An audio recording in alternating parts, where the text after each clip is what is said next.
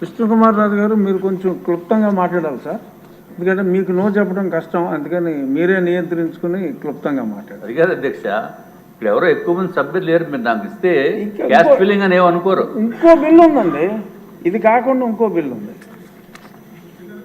Minority మనం. అధ్యక్ష,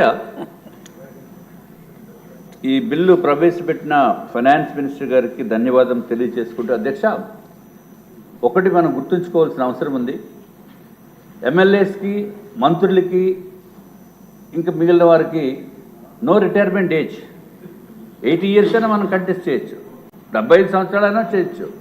కానీ న్యాయమూర్తులు తీర్పులు ఇచ్చే న్యాయమూర్తులకి, న్యాయాధికారులకి మాత్రము ఇక్కడ కేవలము 60 సంవత్సరాలు ఉండటం అనేది ఇది అంత అప్రోప్రియేట్ కాదు అధ్యక్ష. ఆంధ్ర రాష్ట్ర పరిస్థితులను బట్టి కూడా మనం ఏజ్ లిమిట్ పెంచవలసిన అవసరం ఉంది. ఎందుకంటే లాస్ట్ దుర్మార్గపు ప్రభుత్వం, ఇప్పుడు కూడా చెప్తున్నాను, పాత ప్రభుత్వము దుర్మార్గపు ప్రభుత్వము. జగన్మోహన్ రెడ్డి గారు పరిపాలనలో ప్రజల దగ్గర నుంచి, కాంట్రాక్టర్స్ దగ్గర నుంచి ఎవరైతే డబ్బులు రాలేదో వాళ్ళందరూ కూడా కలిపి మొత్తము సుమారు 25,000 కేసులు ఫైల్ చేశారు అధ్యక్ష.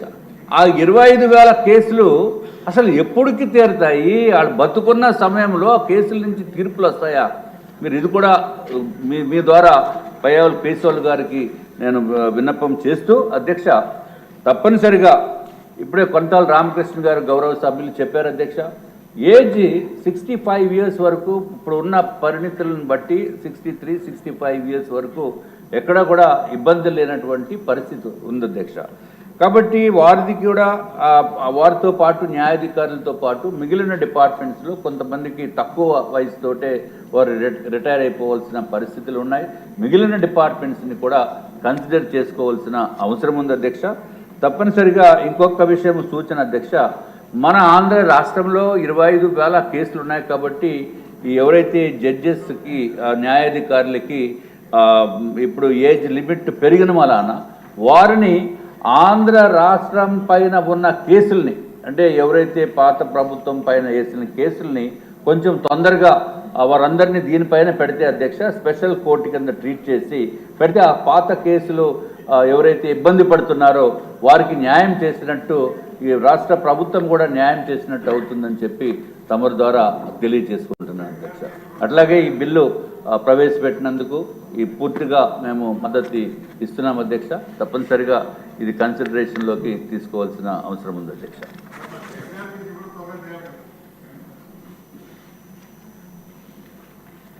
చర్చకు మంత్రి గారి సమాధానం. అధ్యక్ష, పెద్దలు కొంటాల రామకృష్ణ గారు, విష్ణుకుమార్ రాజు గారు దీని మీద సలహాలు సూచనలు చేశారు. దీనికి సంబంధించి కోర్టు ఏదైతే ఆదేశం ఇచ్చిందో దాని ప్రకారం 61 సంవత్సరాలకు పెట్టాం. మరి అట్లానే ఇతర శాఖల్లో కూడా కొంత ఈ డిస్పారిటీ ఇన్ రిటైర్మెంట్ ఉందన్నారు. కోఆపరేటివ్ మినిస్టర్ గారు కూడా ఇక్కడే ఉన్నారు, వారి దృష్టిలో కూడా పెడతాం. అది ఆ రెస్కోలకి ఏదైతే ఏజ్ రిటైర్మెంట్ పెంచాల్సినటువంటిదో ప్రభుత్వం ఆ రకంగా ఆలోచన చేయమని కూడా కోఆపరేటివ్ మినిస్టర్ గారి దృష్టిలో పెడతామని తెలియజేసుకుంటూ, మంత్రి గారు మన ప్రభుత్వం ఈ కోర్టు మీద స్పెషల్ కోర్టు వేయాలి అనేటువంటి సూచనలు చేశారు అధ్యక్ష. సభ దృష్టిలో పెట్టదలుచుకున్నాం. ముఖ్యమంత్రి గారు మొన్న మాట్లాడుతూ కూడా చెప్పారు, government has become the biggest litigant in the courts. ప్రభుత్వం మీద పడ్డటువంటి కేసులే చాలా ఎక్కువ ఉన్నాయి. దీని మీద కూడా ప్రభుత్వం దృష్టి పెట్టాలి. ఒక కోర్టులో ఒక కేసును తగ్గిస్తే అటు 10 మంది కక్షిదారులకి రిలీఫ్ దొరుకుతుంది, ఇటు ప్రభుత్వంలో యంత్రాంగం కూడా ఫ్రీ అవుతుంది. దీని మీద కూడా మనం ఆలోచన చేయాలి అనేటువంటిది ముఖ్యమంత్రి గారు చెప్పారు అధ్యక్ష. అన్నిటికీ పాలసీలు ఎట్లా పెడతా ఉన్నారో ఈ ప్రభుత్వం కూడా ఈ లిటిగేషన్ తగ్గించుకోవాలనేటువంటి ఆలోచన ప్రభుత్వం చేస్తూ ఉందని తెలియజేసుకుంటూ, సభ్యుల్ని నేను కోరుకునేది అధ్యక్ష, తమరు అనుమతిస్తే I beg to move that the bill be passed అధ్యక్ష. మీరు చెప్పిన తర్వాత అధ్యక్ష. ఇప్పుడు విషయం ఆంధ్రప్రదేశ్ ప్రభుత్వోద్యోగుల పదవీ విరమణ వయస్సు క్రమబద్ధీకరణ సవరణ బిల్లు 24ను పరిగణలోకి తీసుకోవటం. ఈ ప్రతిపాదనకు సుముఖంగా ఉన్నవారు అవును అనండి. ఉంది అవుననేసారు, వ్యతిరేకంగా ఉన్నవారు లేరు. అవునన్నారు, అందరూ అవునన్నారు.